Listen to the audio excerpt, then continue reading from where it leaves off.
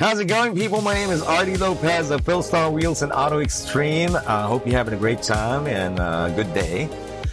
Today I'm checking out the 2024 Changan Uni-T.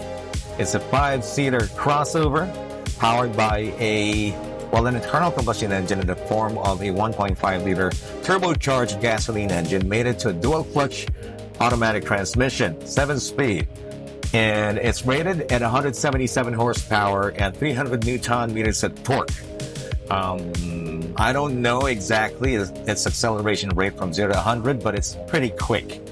Those 300 Newton meters of torque does pretty well in making the vehicle very assertive in terms of its acceleration and very responsive and agile on its dynamics and handling. It turns on a dime.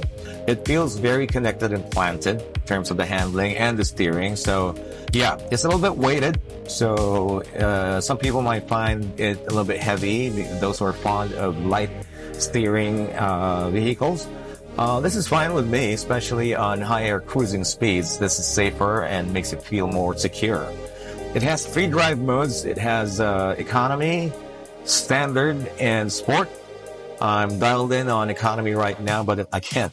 It provides you with more than ample power. And, on the get-go from accelerating or overtaking, it is more than enough. So I would assume later on I'm going to try the sport mode, but, that is more edgy feel, more lightning fast throttle response. Anyway, it's so well designed, very futuristic. I like the design cues that are, not tacky, but attractive enough to catch anybody's eye.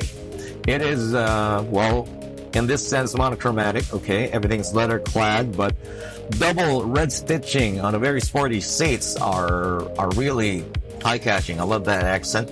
The seats are a little bit firm, but it is very ergonomic. It engulfs my body entirely, and that didn't sound right, did it? But well bolstered, it makes for a very stable feeling seat. So that means you can dial in to your most ideal and most comfortable riding position or driving position. I like that. Visibility is very good.